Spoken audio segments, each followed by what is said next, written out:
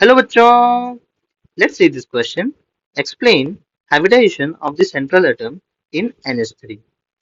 तो इस क्वेश्चन में हमें पूछा गया है बच्चों, हमें NH3 का जो सेंट्रल एटम है जो कि है नाइट्रोजन, इसका हाइब्रिडाइजेशन कैलकुलेट करना है इन NH3।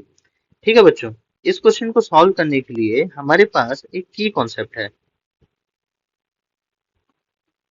की कॉन्सेप्ट क्या है बच्चों? की कॉन्सेप्ट है कि हमें हाइब्रिडाइजेशन फॉर्मूला के बारे में पता होना चाहिए। हाइब्रिडाइजेशन फॉर्मूला क्या है बच्चों? Number of valence shell electron on central atom plus number of surrounding atom minus plus charge divided by 2। ठीक है बच्चों, इस फॉर्मूला को हम यूज करके कैलकुलेट कर सकते हैं कि हाइब्रिडाइजेशन क्या है। अगर इसमें चार्ज नेगेटिव आता है तो हमें पॉजिटिव चार्ज तो हमें ऐड करना होगा, और अगर मॉलिक्यूल पे नेगेटिव चार्ज है तो हम उसे अगर पॉजिटिव चार्ज है तो हम उसे सब्सट्रैक्ट करते हैं, अगर नेगेटिव चार्ज है तो हम उसे ऐड करते हैं। ठीक है बच्चों, तो इस फॉर्मूला को यूज करते हुए मैं आपको सॉल्व करना नहीं बताऊंगा, मैं आपको एक अच्छा अलग मेथड बताऊंगा।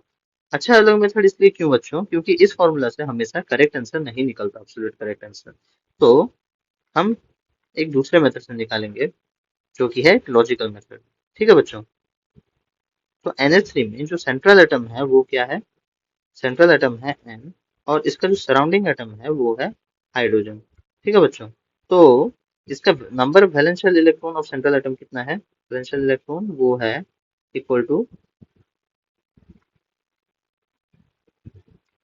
5, और वैलेंसी ऑफ हाइड्रोजन एटम कितना होता है सराउंडिंग एटम? वो है 1 वैलेंसी। तो इससे हमें ये पता चल गया बच्चों कि NH बॉन्ड कितने हैं। NH बॉन्ड इधर हैं 3, और फ्री इलेक्ट्रॉन्स कितने हैं बच्चों? फ्री इलेक्ट्रॉन्स हमारे पास 2 हैं। ठीक है, तो यहाँ से हमें पता चला कि बॉन्ड पेयर्स कितने हैं? बॉन्ड पेयर्स 3 हैं, और लोन पेयर्स कितने हैं बच्चों? लोन पेयर 1 है, क्योंकि 2 इलेक्ट्रॉन्स मिलके एक लोन पेयर्स बनाते हैं। तो अभी bond pair plus lone pairs कितना हो गया बच्चों? Bond pair plus lone pair आ गया 4।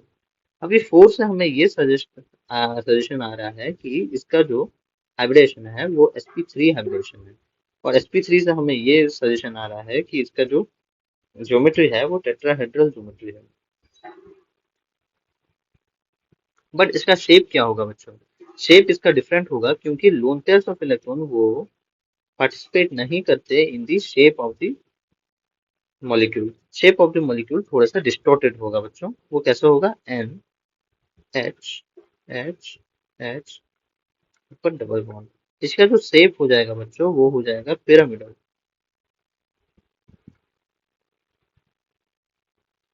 पिरामिडल शेप और डिस्टॉर्टेड टेट्राहेड्रल, कुछ भी चलेगा। Hope you understood this well. Thank you.